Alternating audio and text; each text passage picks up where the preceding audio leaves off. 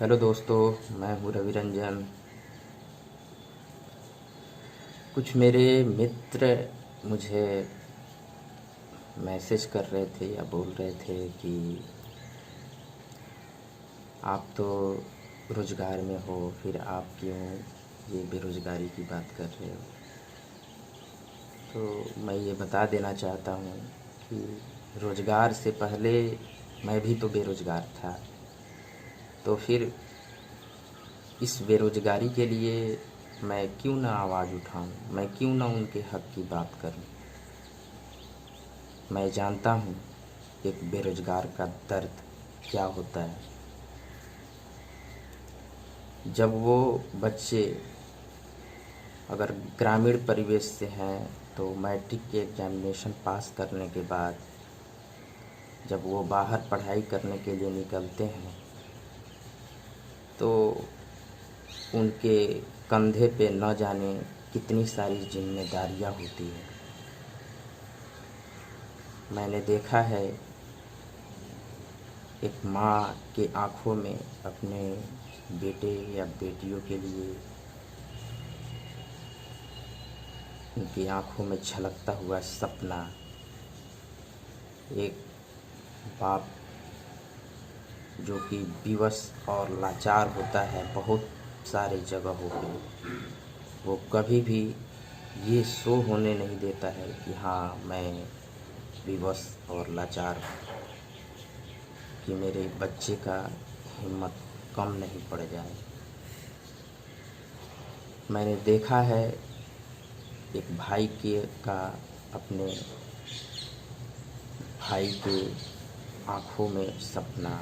मैंने देखा है एक बहन का अपने भाई पे गुमान।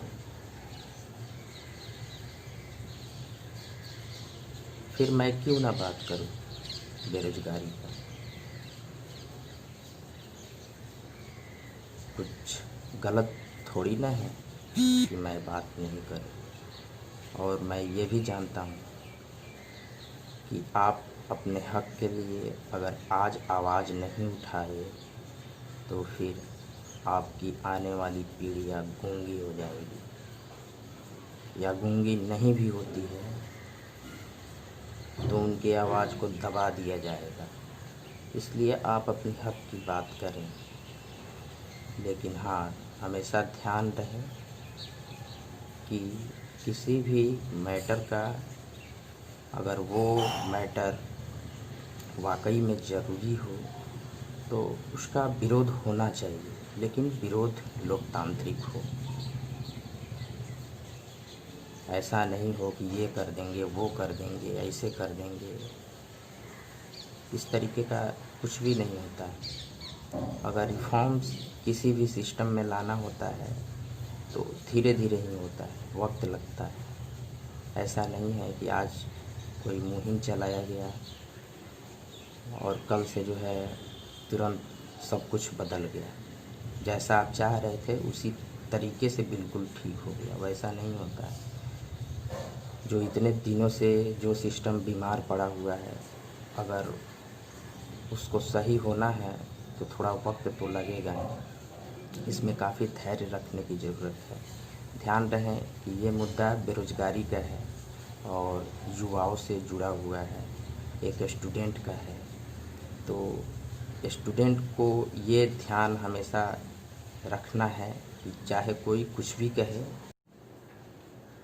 लेकिन आपको अपने बातों को बहुत धैर्य के साथ कहीं रखना है और ख़ुद में भी पेशेंस बना के रखना है।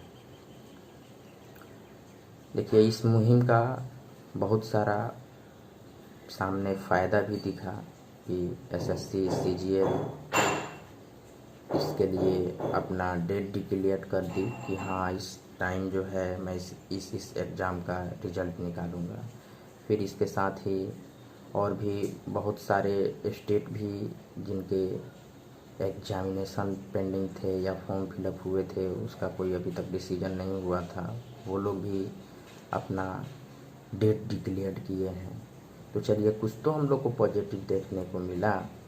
इस पॉजिटिव के साथ भी कुछ खुश होना है और ध्यान ये भी रखना है कि इस मुहिम को इतना तक ही नहीं छोड़ देना है।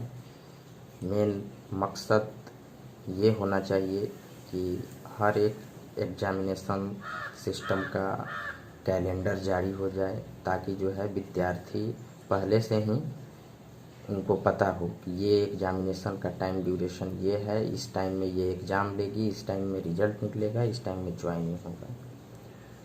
तब जाके जो है मेन मकसद विद्यार्थियों का पूरा होगा। क्योंकि होता ये है कि एक बार फॉर्म फिलअप हो जाने के बाद पता नहीं होता है कब एग्ज़ाम होगा, कब रिजल्ट निकलेगा, कब ज्वाइनिंग प्रक्रिया होगी। और जो मीडियम बैकग्राउंड या गरीब परिवार से जो बच्चे होते हैं, उनके पास उतना वक्त नहीं होता, उतना टाइम नहीं होता कि वो 4 साल 5 साल 6 साल तक लगे रहें।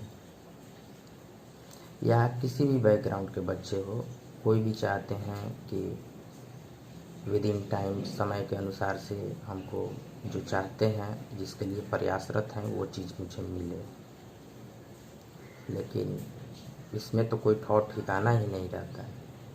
पता चलता है एक साल 2 साल के लिए जी जान लगा के बच्चे के पेरेंट्स भी जैसे तैसे व्यवस्था करके पैसे जुटा के अपने बच्चे को दिए। 1-2 साल में परिवार की स्थिति दयनीय होने लग जाती है। फिर अंततः विद्यार्थी भी जो है पढ़ाई लिखाई छोड़ने की बात सोचने लग जाता है, कुछ रोजी रोजगार करने की बात सोचने लग जाता है और अपने उद्देश्य से भटक जाता है। तो चलिए, कुछ तो पॉजिटिव हम लोग को देखने को मिला। अब सरकार पे ये नहीं कह सकते हैं कि नहीं आप इस डेट को क्यों निकालिएगा।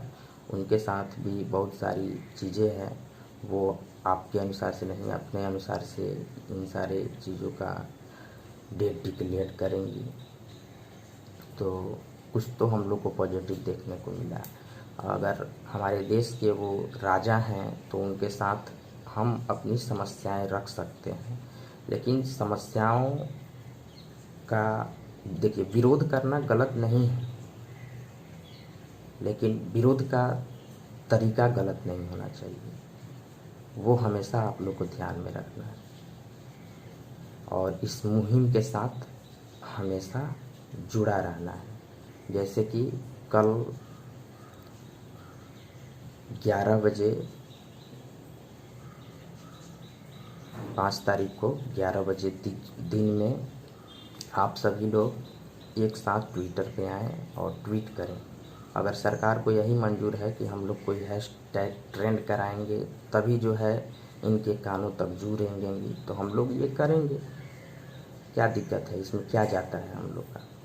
कोई ऐसा तो नहीं है कि कुछ अलोकतांत्रिक तरीके से हम लोग कुछ कर रहे हैं, किसी के मन के भावना को चोट पहुंचा रहे हैं, अपने हक की बात कर रहे हैं।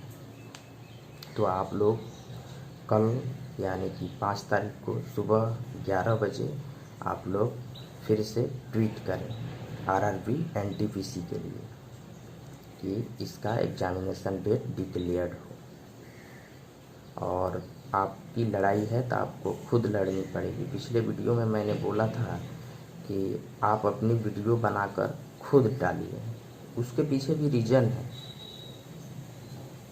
क्योंकि आपके हक की बात, आपके आवाज़ ये मीडिया नहीं उठाने वाली है। इनको अलग अलग तरीके का पुलाव मिलता है, तो फिर ये आपकी मुद्दा क्यों उठाएंगे। इसलिए आप अपनी मुद्दा खुद उठाइए, किसी पे डिपेंडेंट नहीं रहिए कि हाँ मेरी आवाज़ जो है मीडिया उठाएगी तभी सरकार सुनेगी। कल का दौर ऐसा था कि मीडिया में अगर कोई बात चली जाती थी तो वो बहुत बड़ी बात होती थी और सरकार को भी सोचना पड़ता था उस बातों के लिए और जवाब देना होता था आकर पब्लिक में। लेकिन आज के मीडिया वर्ग का कोई भी मुद्दा जो है सरकार के लिए उतना अहम नहीं है। वो उस बातों को प्रायोरिटी नहीं देते हैं जितना कि आप अपनी आवाज़ अपने प्लेटफॉर्म से खुद उठाते हैं। तो इसीलिए मैंने बोला था कि आप अपनी वीडियो बना के खुद के सोशल मीडिया प्लेटफॉर्म पे डालिए। आप अपनी लड़ाई खुद के तरीके से लड़िए। और हाँ, ध्यान रहे हमेशा धैर्य बना के रखना है। तो कल आप लोग 11 बजे, यानी कि कल 5 तारीख को 11 बजे आप सभी ट्वीट ज़रूर करें, ताकि जो है ये हैशटैग ट्रेंड हो और सरकार आरआरबी एनटीपीसी का डेट डिक्लेयर कर सके।